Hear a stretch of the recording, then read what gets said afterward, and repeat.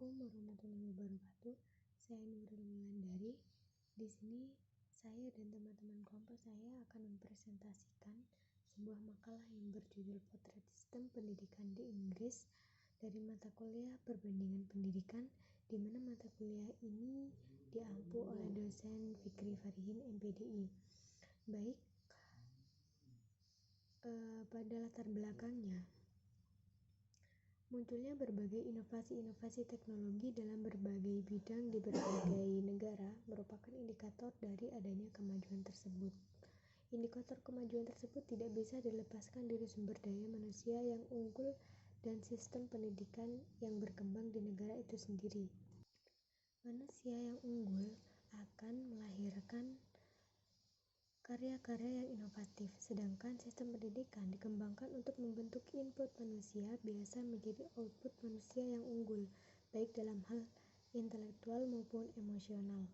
Sistem pendidikan tersebut diterapkan oleh pemerintah di suatu negara dan dievaluasi secara dinamis demi terwujudnya tujuan pendidikan nasional yang mengacu pada falsafah negara itu sendiri, guna mewujudkan manusia-manusia output yang unggul dan berkualitas di era global.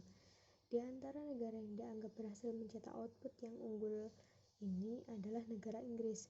Berikut ini akan dibahas mengenai potret sistem pendidikan di Inggris dimulai dari kurikulum, kebijakan pendidikan, dan lain sebagainya yang dapat dijadikan sebagai perbandingan terhadap potret sistem pendidikan yang diterapkan di Indonesia sekarang ini, sehingga diharapkan dapat memberikan kontribusi terhadap perkembangan pendidikan di Indonesia.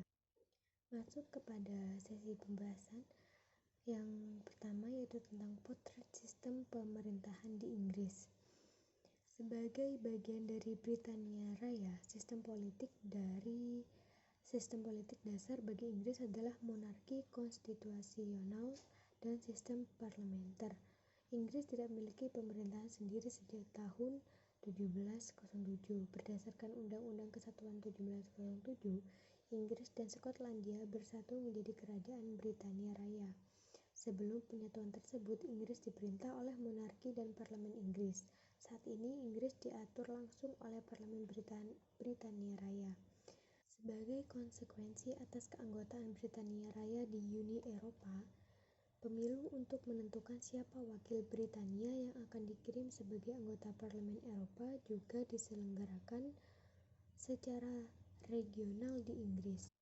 Masuk kepada pembahasan yang kedua, yaitu tentang kondisi demografi dan potensi income di Inggris. Secara geografis, wilayah Inggris meliputi 2/3 dari Britania yang berbatasan dengan Skotlandia di sebelah utara dan berbatasan dengan Wales di sebelah barat, serta dengan Perancis di sebelah selatan yang dipisahkan oleh Selat Inggris. Sampai tahun 2006, jumlah penduduk sebesar 58.716.581 orang. Negara ini pernah beberapa kali dikuasai oleh bangsa-bangsa lain, dan orang yang mempersatukan bangsa Inggris sejak abad ke-9 adalah Egbert Darius. Inggris, yang merupakan salah satu negara yang ekonominya paling kuat, produk domestik bruto atau PDB, berada di urutan terdepan di negara-negara Eropa. Pada tahun 2002, ekonomi Inggris nomor 4 terbesar di dunia adalah negara investor nomor 2 terbesar di dunia.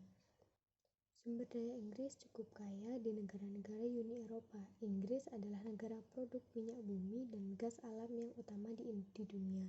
Sumber dayanya terutama adalah batu bara, minyak bumi, gas alam, tenaga atom, dan tenaga air. Sekian dari saya. Untuk materi selanjutnya akan dilanjutkan oleh teman saya. Terima kasih. Assalamualaikum warahmatullahi wabarakatuh. Perkenalkan, nama saya Arun Wulandari. Di sini saya akan melanjutkan materi yang telah dijelaskan oleh teman-teman saya mengenai tentang filsafat pendidikan dan orientasi pendidikan di Inggris. Perjalanan panjang menuju nalar modern yang digagas untuk memajukan pendidikan. Modern adalah sebuah istilah yang digunakan untuk menyebut era baru yang berfungsi untuk membedakan dengan masa yang lalu dengan masa yang sekarang. Artinya modern tidak semata-mata hanya ditandai dengan munculnya, tetapi juga memulai. D yaitu kebijakan di bidang pendidikan agama di Inggris. Pendidikan agama adalah mata pelajaran yang wajib dalam sistem pendidikan di negara Inggris. Sekolah diminta untuk mengajarkan program agama sesuai dengan pedoman lokal dan nasional.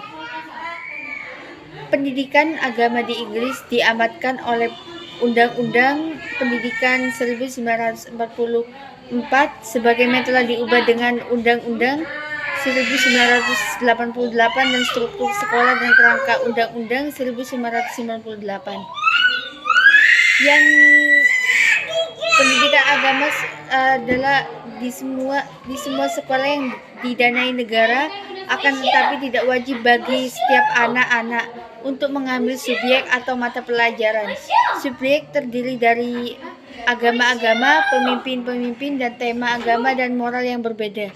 Namun kurikulum yang dipakai didominasi dari agama Kristen dalam kehidupan beragama, dan karena agama Kristen merupakan mayoritas isi subjek, semua orang tua memiliki hak untuk menarik anak dari pendidikan agama yang sekolah harus menyetujui. Terima kasih, itu saja dari saya. Selanjutnya akan dijelaskan oleh teman saya.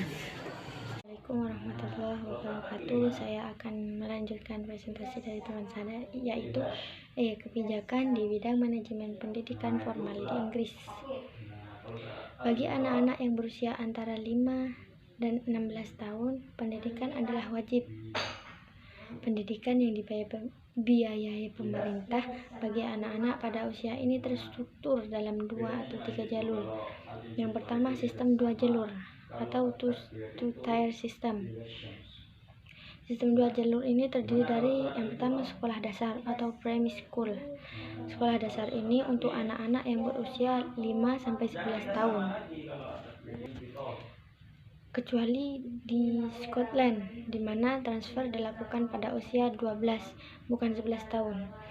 Ada kalanya terbagi lagi dalam kelompok 5-7 tahun atau infant school, dan kelompok 7-11 tahun atau junior school.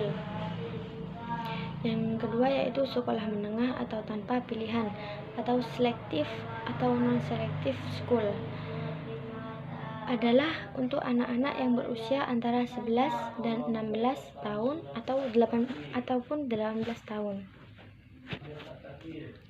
Yang ketiga yaitu sistem 3 jalur atau three-tier system.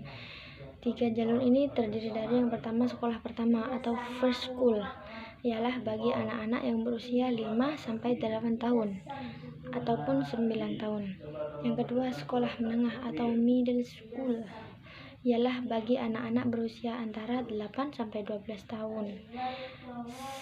Yang terakhir yaitu sekolah tingkat atas atau upper school, biasanya non-selektif bagi anak-anak berusia antara 12 atau 13-16 tahun atau 18 tahun.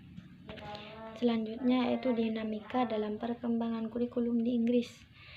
Dari segi kurikulum, sekolah-sekolah di Inggris menggunakan kurikulum nasional atau national curriculum. Kurikulum nasional ditentukan oleh Dewan Pengembangan Kurikulum Sekolah atau School Curriculum Development Council atau SCDC, khususnya untuk sekolah pada pendidikan dasar dan pendidikan menengah. Mungkin hanya ini yang dapat saya sampaikan. Selanjutnya akan dilanjutkan oleh teman saya. Terima kasih. Assalamualaikum warahmatullahi wabarakatuh. Perkenalkan, nama saya Mbak Sofi. Di sini saya akan melanjutkan penjelasan yang sudah dijelaskan oleh Mbak Laili. G. Pengembangan pendidikan dan tenaga kependidikan di Inggris. Nah, selama dalam pendidikan itu, guru-guru dapat mengambil spesialisasi dalam bidang-bidang tertentu atau dalam tingkat misalnya sekolah dasar atau sekolah menengah. Di Scotland, guru-guru itu boleh mengajar pada level yang sesuai dengan kualifikasinya. Tidak ada kualifikasi mengajar yang dituntut bagi guru-guru yang mengajar di pendidikan lanjutan dan juga pendidikan tinggi. Pembiayaan pendidikan di Inggris. Nah, belanja di pendidikan dan ilmu pengetahuan dibandingkan dengan seluruh anggaran pemerintah Inggris pada tahun 1990 kurang lebih 14,1% sama dengan persentase 10 tahun sebelumnya. Jumlah ini dikira-kira 4,5 dari gross domestic product. Bagian terbesar pengeluaran sekolah adalah untuk gaji guru-guru dengan proporsi kurang lebih 70% dari belanja keseluruhan. Seluruh biaya Departemen Pendidikan dan LEA dibagi sebagai berikut, yaitu untuk sekolah minus 61%, untuk pendidikan tinggi termasuk akademik minus 29%, pusat-pusat penelitian 4%, dan untuk biaya administrasi minus 5,7% pada tahun 1991. Penutupan atau kesimpulan. Nah, dari kesimpulan makalah ini saya akan memaparkan pertama, Inggris merupakan negara bagian dari UK yang menganut sistem parlementer. 2. Wilayah Inggris adalah 2 atau 3 dari UK. Inggris juga memiliki sumber pendapatan negara dari hasil penjual berbagai produk alam, diantaranya yaitu minyak bumi. 3. Filsafat yang berkembang adalah empiris, liberalis, dan juga sebagainya. Sekolah dan pendidikan tinggi memiliki orientasi yang berbeda. Nah, 4. Pendidikan agama di Inggris adalah wajib, meski mayoritas di sana itu menggunakan kurikulum Kristen. 5. Pendidikan formal terbagi menjadi 2, yaitu sistem 2 jalur dan juga sistem 3 jalur. 6. Kurikulum nasional ditentukan oleh Dewan Pengembangan Kurikulum Sekolah, khususnya untuk sekolah pada pendidikan dasar dan pendidikan menengah. 7. Untuk menjadi tenaga pendidik di Inggris diperlukan kualifikasi tertentu. Inggris menyiasati kekurangan guru dengan mengangkat guru senior sebagai spesialis. 8. Pendanaan pendidikan di Inggris diatur oleh Departemen Pendidikan dan LEA dengan prosentase tertentu. Sekian dari saya. Wassalamualaikum warahmatullahi wabarakatuh.